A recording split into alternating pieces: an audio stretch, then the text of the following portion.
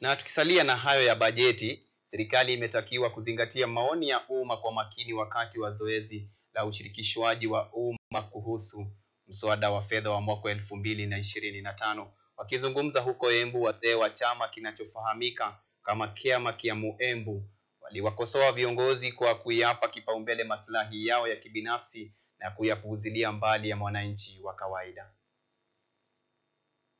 Siku moja tu kabla ya usomaji wa kwanza bajeti ya mwaka 2025-26, wazee kutoka katika kaunti ya Embu ya chini kituo cha Kiamakia wameonya dhidi ya kupuuzwa kwa maoni ya umma, wakisema kuwa huenda marudio ya maandamano yaliyoshuhudiwa tarehe 25 Juni mwaka uliopita yakatokea mara na tena.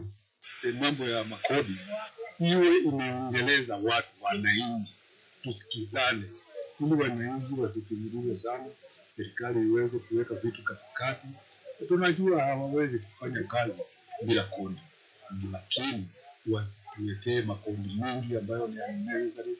Wakizungumza na waandishi wa habari huko Embu, wazee hao wakiongozwa na Kanali mstaafu Elias Kinambui walalamika vikali kuhusu hulka ya ufisadi miongoni mwa viongozi, wakisema ni miradi michache tu iliyokamilika kufikia sasa licha ya wao kuzidi kutozwa kodi. Ni mambo ya corruption.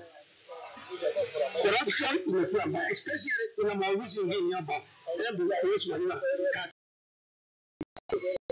Na kitu ningeuliza kitu kama watu kama organization ya BSCC na DCI prosecution detectives is most of the wazee hao waliwasiwasi kuhusu kupunguzwa kwa bajeti katika sekta ya elimu, akisema kuwa thamani ya elimu ya Kenya huenda ikazidi kudidimia hata zaidi.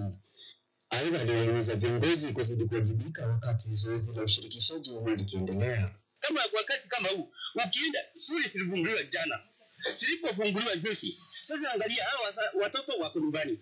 Na mnasema ati tunasaidia watoto, tunatoa pesa ya shule.